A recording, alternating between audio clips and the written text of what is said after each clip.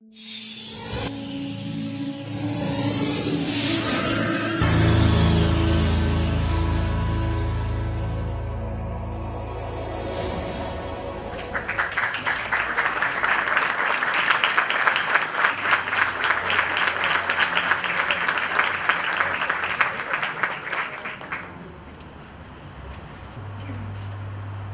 Biblia dice que en el principio fue el verbo. Yo me animaría a discutirlo básicamente porque la Biblia como libro, como todos saben, es de un aburrimiento espantoso. Es el libro que todos tenemos en la casa y nadie lo ha leído, salvo cuando lo obligaban cuando era chico. Y básicamente es espantoso porque no tiene dibujitos. Es decir, tenía, como se puede ver, pero se lo sacaron. ¿Por qué se lo habrán sacado? Básicamente porque se produce una injusticia intelectual muy grande con los libros que tienen dibujitos. Si cuando uno quiere defenestrar a alguien, ¿qué es lo primero que le dice? No, vos seguramente sos incapaz de leer un libro si no tiene dibujitos. Ahora bien, es raro que se produzca esto, toda vez que para hacer que los chicos se enganchen en la literatura, ¿sí?, entran por los libros con dibujitos. ¿Y por qué se produce eso? Porque los chicos están en contacto con la zona más clara del placer y de lo que les gusta. Todos hemos sido chicos, todos hemos estado ahí. Entonces podemos decir que en el principio fueron los dibujitos. Nosotros mismos, cuando el mundo era joven, cuando toda la historia de este planeta empezaba, agarrábamos un par de carbones, una madera quemada, teníamos una pared de una cueva en blanco y entonces observábamos el mundo y al mundo lo representábamos a través de dibujos, cosas y animales que todavía no tenían nombre pero ya tenían dibujo. Por eso los chicos dibujan, no sueñan con dibujar, dibujan. Los chicos sueñan con ser lo que son los padres o con ser las cosas que les muestra la tele, pero no sueñan con dibujar. A través del dibujo expresan un universo lleno de fantasía, de imaginación, desbordante, de creatividad. Todos nosotros lo hemos hecho y algunos todavía conservamos el recuerdo, pero lo hacen hasta un momento clave, que es el día en que los padres se dan cuenta que lo están haciendo. Entonces lo ven al nene dibujando, feliz, gozando de la vida, y entonces se le ocurre la primera idea como para arruinárselas para siempre, y es mandarlo a la escuela. Con lo cual, ese mundo libre que este niño disfrutaba se empieza a llenar de renglones, a cuadricular, y se transforma en otra cosa totalmente distinta. Todos los chicos, cuando son chicos, manchan, rayan, se expresan. Así como nosotros, cuando estábamos en los albores del mundo, agarrábamos una cueva en blanco y carbonilla y le dábamos al dibujo. Prueben darle a un chico una hoja y un par de crayones, o bien una pared en blanco y un frasco de mermelada, y lo van a tener creando por el resto de la tarde. El problema es que el concepto del dibujo que se tiene en las escuelas es totalmente distinto. Los maestros, con el tema del dibujo, lo usan como un elemento para instrumentalizar otro tipo de cosas para que el chico encare este camino de la vida, ¿no? Entonces, ¿qué hacen con el dibujo? Les tratan de instrumentar la motricidad fina, tratan de enseñarle el concepto de límite, y entonces el chico, por supuesto, aprende a dibujar una circunferencia perfecta como un modo de que después cuando agarre la taza de la leche no la tire, y que si pinta sin salirse de los márgenes, después su esposa, cuando sea grande, le va a agradecer que no moje la tabla. Pero del dibujo como dibujo en sí ni noticia. En realidad, el dibujo que les enseñan los maestros a los chicos a hacer, y todos hemos pasado por ahí, es el papá agarradito de la mamá, agarradito del nene, la casita en el fondo, la montañita, porque vivimos en Tucumán, y entonces el nene ve el dibujo y dice, el dibujo es un embole, no dibujo más en mi vida. Yo mismo he tenido una maestra de dibujo en la escuela primaria que no la quiero nombrar porque todavía la recuerdo con bastante odio, que era la señora Moore. Y la señora Moore tenía la habilidad de convertir el dibujo, la idea de dibujar, en un castigo. ¿Qué es lo que hacía esta buena mujer? Esta buena mujer te obligaba a llenar de témpera toda la superficie de la hoja. Yo quiero que se pongan en la situación de un nene de 8 años al que le dan una hoja de canso, una paisada, y le dice, hay que llenarla. Entonces el nene le dice, pero señorita, a mí me gusta el mundo blanco. Y la señora Moore le dice, bueno, píntelo de blanco, niño. Bueno, ¿qué es lo que uno hacía? Yo por lo pronto dibujaba algo en el medio de la hoja, chiquito, un perro, una casita, un auto, lo pintaba, lo partía en dos, y le decía a mi mamá, píntame la mitad de arriba de celeste y la mitad de abajo de verde. Y así con toda la carpeta de dibujo. Entonces era una locura porque a mí me gustaba el dibujo y yo evadía a dibujar. Me dejó dos enseñanzas, la señora Moore, que me quedaron para toda la vida. Una es, por supuesto, que los trabajos que a uno no le gusta los tiene que tercerizar. Pero antes que eso, que toda cuestión que a uno le provoque un placer, si le enfoca desde el lugar incorrecto, se termina transformando en una obligación. Y de eso la escuela tiene mucha responsabilidad. Ahora, ¿qué pasa en la casa? Sí, ya hemos dicho que los padres a los hijos los instan a que dibujen, lo favorecen porque de alguna manera eso refleja la sensibilidad, el talento innato. Ya sabemos que a los padres nos enorgullece decir los capos que son nuestros hijos en relación a los hijos de nuestros amigos. Entonces, inclusive, lo primero que hace un padre es brindarle una sala de exposición al nene para su obra de arte. La sala de exposición más preciada para un artista que comienza, ¿cuál es? La heladera de la puerta de la casa. Si ustedes quieren saber cómo empezó cualquier artista joven, de Rembrandt a Cuilca, tienen que ir a la heladera de la casa de la mamá. Ahí seguramente están las primeras huellas. Pero también hay un metamensaje.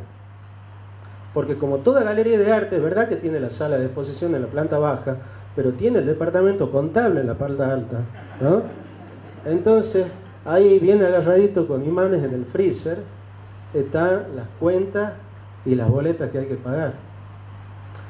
Entonces, de alguna manera, los padres también le están diciendo al nene, sí, todo bien con el dibujo, todo bien con eso que a vos te gusta, pero búscate algo que te dé de comer. ¿Ah? Entonces, en ese momento de la historia, se produce una situación clave que es esta.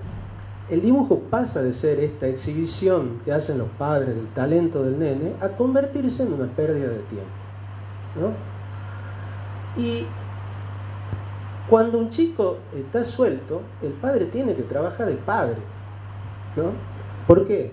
Porque si no el chico se espiraliza, lo demanda, y el padre tiene que ejercer su paternidad. Ya hemos dicho que esto lo soluciona parcialmente mandándolo a la escuela y entregándoselo 7 u 8 horitas al maestro, digamos, mañana, en la mitad de la tarde. Pero parece que la escuela no está del todo bien diseñada porque el nene vuelve a la casa. Vuelve a la casa y hay que hacerse cargo. Ahora bien, ¿cómo se resolvía esto cuando yo era chico? Cuando yo era chico, si andabas mal en matemática, lengua, geografía, cualquier cosa, inmediatamente una maestra particular el resto de la tarde. Pero si andabas bien, si rendías, si eras un nene aplicado, te premiaban. ¿Cómo te premiaban? A estudiar inglés, música, el resto de la tarde. ¿Cuál es la intención? Que cuando uno llegue después a la noche a la casa, esté lo suficientemente cansado y aburrido como para irse acostumbrando a lo que es la esclavitud de la vida adulta. Mucho tiempo para dibujar no queda. Y la enseñanza también es que no importa cuánto rindas, si sos bueno o sos malo en lo que haces, todo bicho que camina va a parar al pluriempleo, en la adultez. La historia sigue más o menos así hasta la adolescencia, que es cuando cambian brutalmente las prioridades. Aparecen las chicas. Digamos, si uno se va a quedar dibujando en la casa, está eso en la antípoda de salir con la chica. El que no abandona el dibujo hasta ese momento, en ese momento lo cuelga para siempre, ¿no? Y después termina el secundario y los padres lo encaran a uno y le dicen, che, ya que dibujas tan lindo, ya que no has dejado de dibujar, ¿por qué no te inscribí en arquitectura? ¿No? Entonces, ¿Qué es lo que uno va aprendiendo? Que si uno quiere ser, si uno tiene algo diferente para hacer, el medio se va a encargar de lijarlo, ¿no? Y uno tiene que encarar las cosas con valentía. ¿Qué hice yo? Me inscribí en arquitectura. Empieza un segundo momento, que es el momento de la negociación. ¿Qué es lo que dice uno? Está bien, si la cosa viene así, yo voy a pelearle al sistema desde adentro sin dejar de ser como soy. El problema es que eso es como si más o menos el detergente se planteara seguir siendo detergente cuando está mezclado con agua dentro de una esponja Mortimer, ¿no? Y como todos saben, el dibujo de arquitectura es un dibujo bastante característico. De mi punto de vista, el segundo dibujo más aburrido del mundo, porque consiste básicamente en dibujar líneas rectas horizontales, líneas rectas verticales. Por ahí uno se encuentra con alguna diagonal. Yo ya había cursado en la secundaria en un colegio técnico que tiene el primer dibujo más aburrido del mundo, que es el dibujo técnico, que es líneas horizontales, líneas verticales, alguna diagonal, pero además con lápiz HB y 2B y a mano alzada, con lo cual termina siendo una suciedad, más si uno es zurdo. El padre del cómic underground norteamericano y el gran generador del cómic moderno, Robert Crumb, dice que uno no se tiene que desesperar por no poder dibujar una línea recta, porque cuando uno se encuentra en la disyuntiva de que no tiene una línea recta para dibujar, tiene que ir a comprar una regla, y ya está, se soluciona todo, que el dibujo pasa por otra parte. Esas cosas pensaba yo mientras hacía los planos, y un día, porque me iba bien, me vino, como se dice ahora, un insight, ¿no? Y dije, para un cacho, a mí lo peor que me puede pasar es que siga haciendo esto, me reciba y me tenga que dedicar a esto por el resto de mi vida, ¿no? Cuando uno mete la partícula por el resto de mi vida en cualquier oración, la cosa cambia. Yo los invito a que hagan la prueba, ¿sí? Les ha pasado a todos los que conozco, chicos que dibujaban y dejaron de dibujar, o que hacían cosas que les interesaban y dejaron de hacerlas, y de golpe se encontraron un día rodeados en la facultad o en el trabajo de contadores, abogados, ingenieros, y dijeron, ¿qué hago aquí? Es lo que me pasaba a mí, ¿qué hago acá dibujando el corte de la piedra en el cimiento si yo lo que quiero es dibujarlo a Batman? Bueno, ¿qué hace la mayoría de gente en esa situación? Agacha la cabeza, sigue adelante y reproduce después en la misma generación, en la generación propia, el mundo que ya conocía y que lo ha llevado hasta ese lugar. Otro medio que no podemos, porque cuando ya hemos dicho hasta el resto de mi vida, eso ya nos ha cambiado la situación y nos ha asustado para el resto de nuestra vida. Entonces empieza un tercer momento, que es el más importante de todo y el que me interesa en esta charla, que es el de la resistencia, ¿no?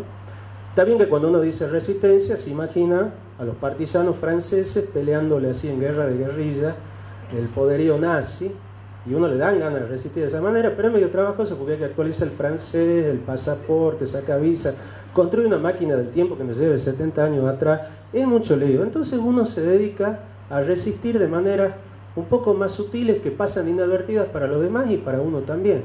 ¿Qué hacemos los dibujantes puestos a resistir?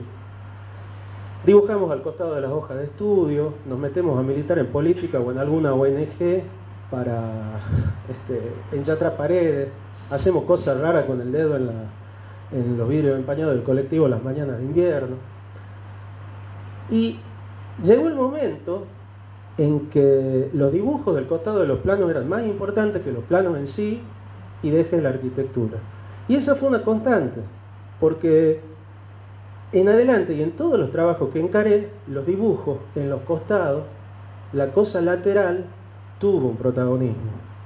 En la agencia en la que empecé a trabajar, mi primer trabajo en una agencia de publicidad, forrábamos todos los lunes los tableros de una cartulina blanca que se iba ensuciando hasta el viernes y la cambiábamos semanalmente. Bueno, yo ahí empecé a dibujar mis historietas, las recortaba, se las mostraba a los amigos, las guardaba en un cajón, recortaba, mostraba a los amigos, guardaba en un cajón, en un camino directo a la demencia, ¿no? Ahora, yo también pensé eso.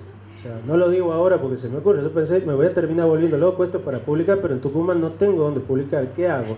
Bueno, la locura parecía una buena alternativa, porque frente a eso lo que cabía era cerrar todo y poner un dragster. Así que tengo un mueble así en casa, con los cajones llenos de todas esas cosas que durante esos años no llegué a publicar. Hasta que un día llegó Internet. Y fue amor a primera vista.